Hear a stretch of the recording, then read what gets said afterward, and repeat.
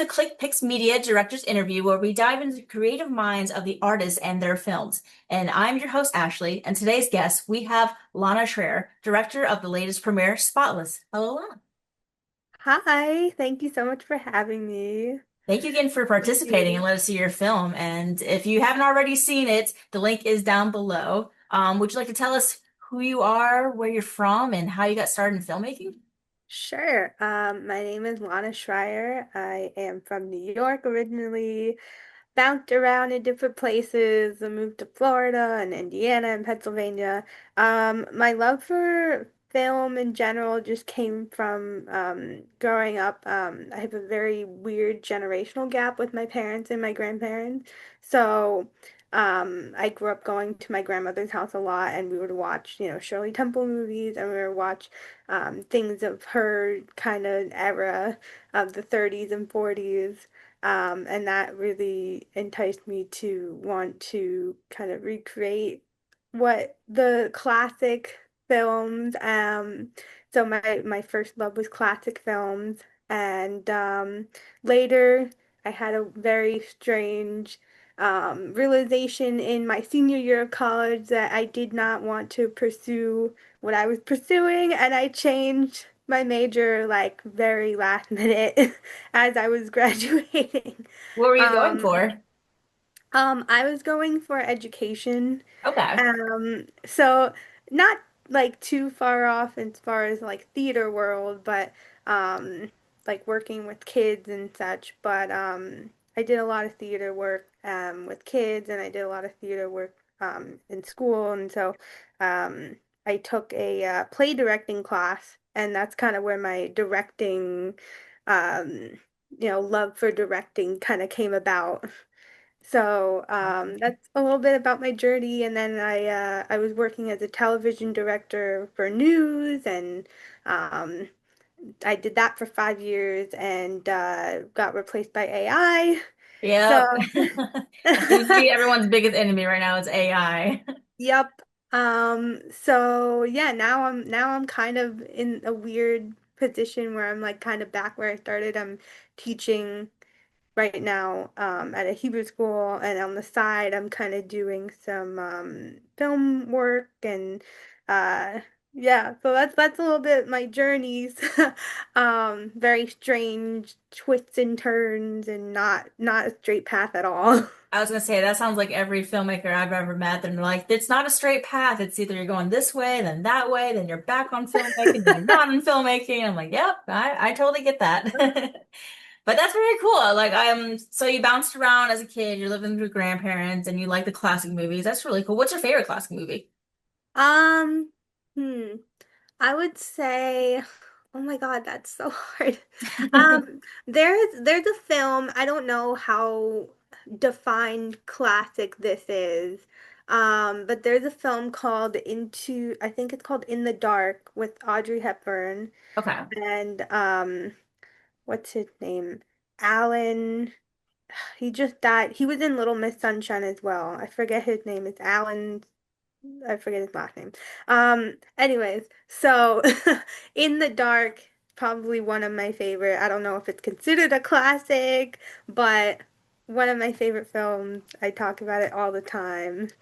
Um, I'll just check it out and see what it's all about. I like yeah, Audrey Hepburn. I think she's a great actress. oh Or my she gosh, was a great yes. one. Fantastic. And I also love the work that she did outside of acting as well. I tend to gravitate towards people in the creative industry world who do not only do great things in their roles, in their acting or whatever they do, directing, filmmaking, but also what they do outside of their work. So that was also a really great interest to me. But the film itself, I feel like it was very unique for the time, and I feel like it's a very um, unique plot point and twists and turns, and I love all the twists and turns, which is why I with Spotless, I kind of felt like it had a little bit of a twist and turn to it, It feel to does. it. It That's definitely what I was. does. It threw me for a loop a couple times, and I was like, okay, wait. Now we have this girl who's showing up. Okay, now this is happening over here. Okay, I like that. And okay, so now Spotless is about these two guys who seem to be the life of like murder, crime, as it seems, and cleanup. So what inspired you to create that story? I have a very interesting story to that. So, I would say about tw so this was 2023. We made this film Okay. in April. A little bit of a backstory. So in January, I had kind of just started getting into international films and international television work. And I was watching a K-drama called was it Flowers of Evil? That's what it was called. And I was watching a K-drama called Flowers of Evil, and I was getting so like into it, very like engaged, and I was thinking to myself, "Oh my God, like I just love all these twists and turns and things that like throw you for a loop, and I just love the emotion of that." And as a viewer, I was taking a film course at the time, and I was sitting there and we were watching a really bad, boring movie. I can't tell you what it is. It was really, I love, older stuff, but this was like old and boring and not exciting at all. The whole time I just kept thinking to myself, I just kept thinking back to Flowers of Evil, and I just kept thinking back, like, man, I wish I could make something like that where it just throws you for a loop and you don't know what to expect and things are not what they seem. So that's kind of how that was kind of the inspiration for that. And then from there I just kept thinking I think it's really important to have, I mean, you can't always do this, but I think it's really important as when you're writing that you have actors in mind. So that's kind of how I operate a little bit. Sometimes, not all the time. So I was thinking about my friend Robbie, who is an actor, and he's in the film, and his friend Stas is also in the film, and I was thinking about them, and I was like, how can I make this interesting? Just kept writing and writing and, drafting, and that's kind of the story of the inspiration behind that. Very cool. And I think when you're saying like when you envision your friends as the actors are playing the roles, it definitely helps when you write stuff out because you can envision like, oh, I can see them doing this crazy thing, but I can also push it. Like you said, how can I make it even more interesting? I can make them do something else as well. It's going to blow everyone's minds, and that's just another twist to the film. So I think that's a Yeah. really a key aspect to filmmaking that everyone should learn. And you got it right away with the one class, basically.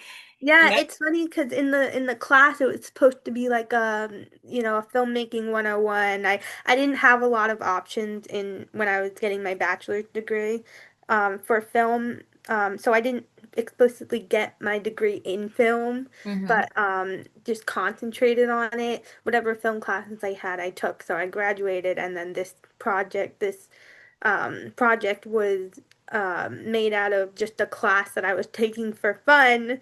But little did I know that, like, I kind of did it on my own. Like, I learned a lot in that class. It kind of just, it more motivated me to make this film. It wasn't more of like, it wasn't so much educational, sadly.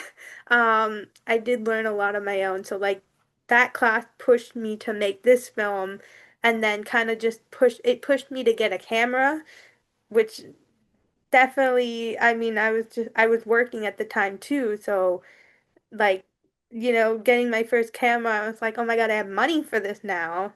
But I didn't realize because we had a couple of projects in between, I didn't realize, I guess you learn by doing. Yep. Yep. Exactly. But as far as the characters and having my friends, yeah, I mean, film's always fun with friends. Oh, definitely. Yeah. I've put my friends through the ringer. Like, I'm like, you have to be in this so I can make this film. They're like, okay, again. Yeah, I Like, mean, it's great. even if it's just like for a visual, like it's great to have Yeah, friends in general. exactly. And so when you were creating this film, what was your biggest challenge? Um, hmm. So, I was in Florida at the time, and I filmed this in New York. I filmed this in my grandma's basement. So Okay. we mentioned the grandma him living in grandma's basement. It's actually my grandma's basement. And you can probably see like in the background you can see a lot of pictures of like my family and like diplomas or whatever. The biggest challenge was probably like I had set all of this up in Florida. And so the biggest challenge for me was like trusting the process and trusting that everything was gonna be fine when I got to New York. It was the nervousness of me on a plane flying. I'm like, oh my God, how is this gonna go? I was like on the plane, I was like, reading through my script, obviously. Like the guy next to me was like, are you a film? Like, what are you doing? And, and I was just like, I'm a nervous wreck right now. Don't like, don't distract me. But yeah. So it was just like the nervousness of trusting the process, and I feel like it's always like that for me, just in like any kind of project I'm doing. But it always works out in the end because it was the location of like making it work with my grandma not being disturbed upstairs, and then the budget, the small like very no budgetness of trying to make sure that everybody had food and that I was able to time things out. And then my friends, Robbie and Staff, the two main characters, they were coming from about 45 minutes away, so it wasn't such a big deal. But the actress who plays Rose, Brittany, she was coming from all the way upstate. She was coming from, I believe, near Buffalo, maybe, and like 7 hours away. Oh, So, wow. yeah, 7 hours away. So I had to trust that she was gonna get here on time and that Yeah. she was not gonna have any accidents, So she was And she was committed. oh yeah, she was great, and I was so lucky that she said yes. I found her on Backstage actually. So Yep. that was like the biggest challenge. It's like trusting the process. Oh yeah. Oh my gosh, 7 hours. I can't even imagine. It's so chaotic, and like it was like it wasn't my first film, Hmm. but it was my first I would say published film. Okay. The first film that I ever made taught me a lot, and I had only done that a month prior. So the first film that I made a month prior definitely taught me a lot, and definitely made me more prepared for this film. And I would say that definitely like learning to trust the process was something that was not only the challenge for this film, but it was just, you know, for life, learning to trust the process. So you started planning, like planning in Florida, and Yes, then the production was yes. in New York. Yes, and so it was all just so chaotic. Everything, the way that I did it and everything that I did was just so chaotic. And I'm thinking to myself, like, like now I'm thinking to myself, like, how the heck did I do that? Because I was filming a short film that I had written and directed in March that I don't believe will ever see the light of day, but or I hope it won't, but you can cut that part out. You can cut that part out. But I was filming something in March, and then that took like a week or two, and then during all that I was planning for this film and chaotically planning, and meetings with Ryan, our cinematographer, meetings with Alyssa, who was our script supervisor, and she was also a PA, and she also did a lot of other things, behind the scenes content. She did it all. Amazing. I had such an amazing group, and it was also just it was such a small group too, because in my first film, the one that I had shot in March, it was larger, a little bit larger, not by much. But I think I also learned that I really like being in a smaller group setting, and Okay. like it definitely You're enticed definitely a me. smaller environment where it's a little bit easier Yeah. to manage. Right, Yeah. yes. And I think that's not always going to be the case, but it was just a good starting point, I Yeah. guess. Yeah, And definitely, definitely. And yeah. how long did it actually take you to film this? Um, it only took me like trying to think. So it took us 2 days, 3 days, 3 days. Because the first day we kind of used more as a rehearsal, and then the second half of the day we did a little bit of filming. There's actually a whole like deleted scene um, that I have that I don't know if I don't know where it is. It's somewhere, but it's an entirely like deleted scene of the guy who played Gus, the guy who's dead. Hmm. His name is Leland Morris, and that was also chaotic because he was coming from the city, so that's like 2 hours. And he didn't have a car, so it was Uber, with all this stuff in between. But that deleted scene was the extra day, so I guess it was maybe like 3 or 4 days. And I don't know where that footage is, but Oh no. it was a very interesting shoot that day because I was by myself and I was doing the camera work, and I'm good with camera work, but Ryan, our cinematographer, he's like 10 times better. So that was also chaotic. Everything start to finish with any project that I've ever done is chaotic, but it comes out great at the end, which I Yeah. love. You just gotta trust the process and Yeah, just know there's always that light at the end of the tunnel and you'll get there eventually. exactly. But yeah, I was gonna say the cinematography. I noticed like I like the over the shoulder shots and Mm, I come from more of the editing side and I was like, oh, I see like the quick pace with the cuts going on, the back and forth, the little jabs is pretty awesome.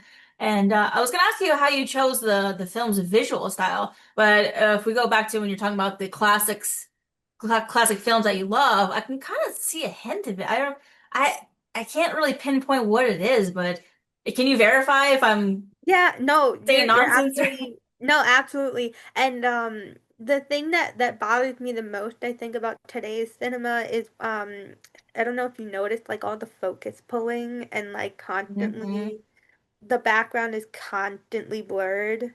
Yep. And I wanted it to feel more like, those old time movies where they didn't have that Yeah. option as often.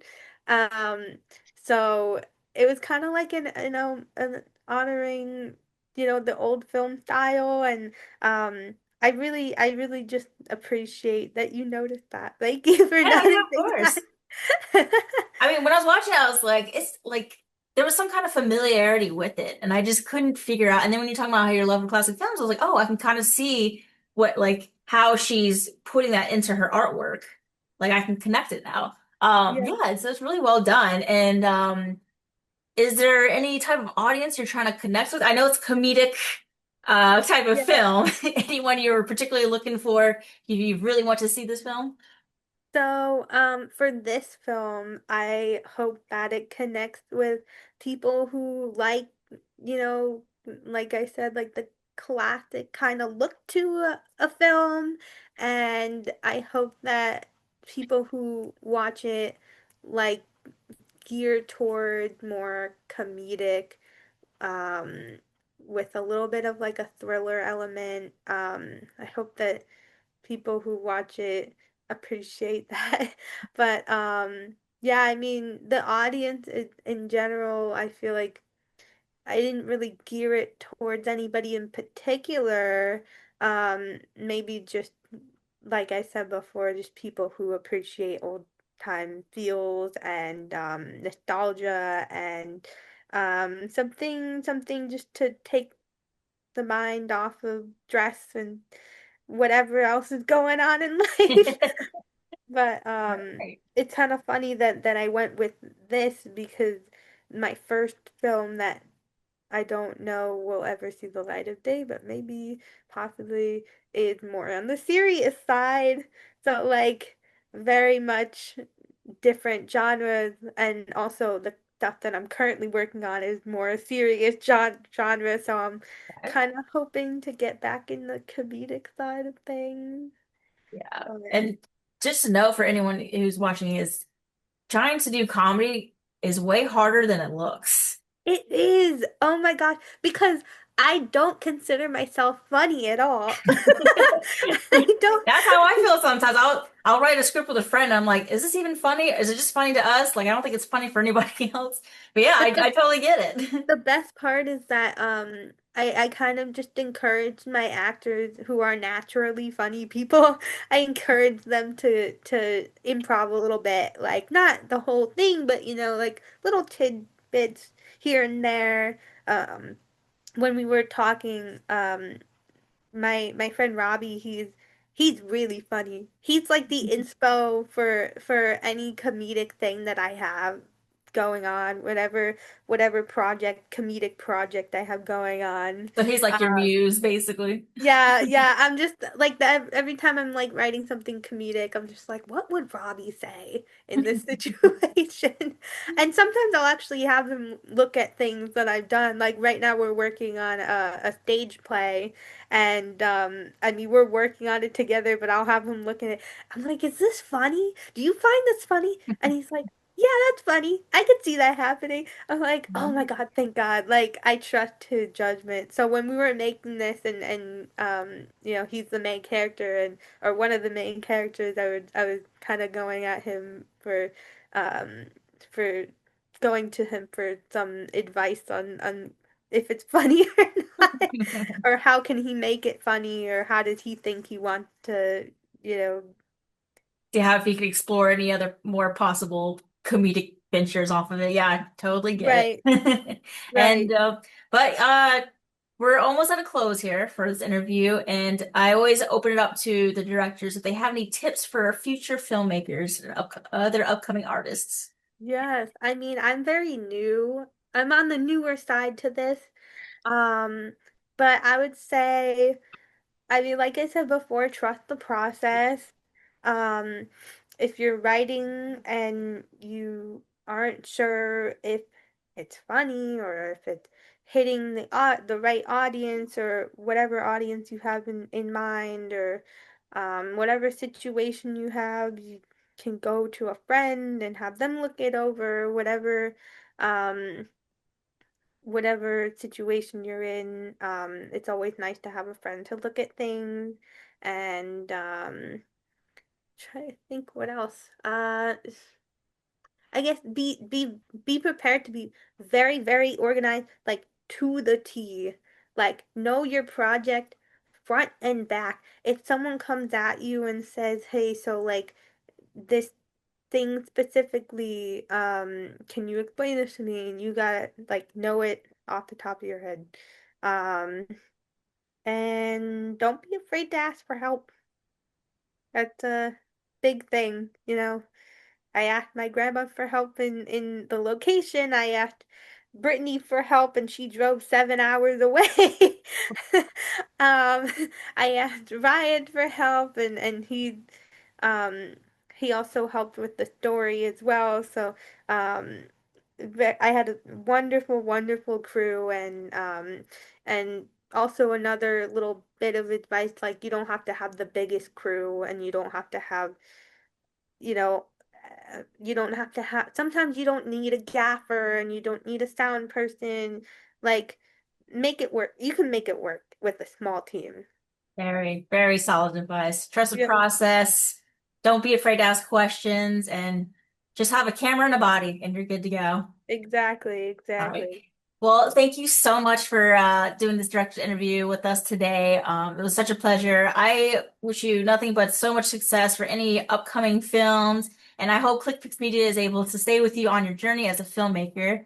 And yeah, make sure to check out Spotless on ClickPix Media YouTube channel. Follow Lana right now. Her links are down below. And if you want to go and give a shout out where we can actually find you. Yeah, so I'm on Instagram.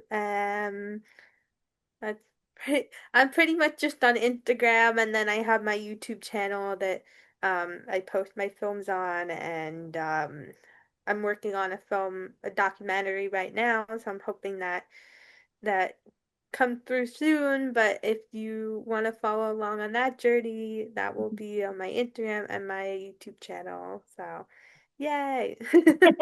Well, thank you very much, and I hope you have a great day. Thank you. You too.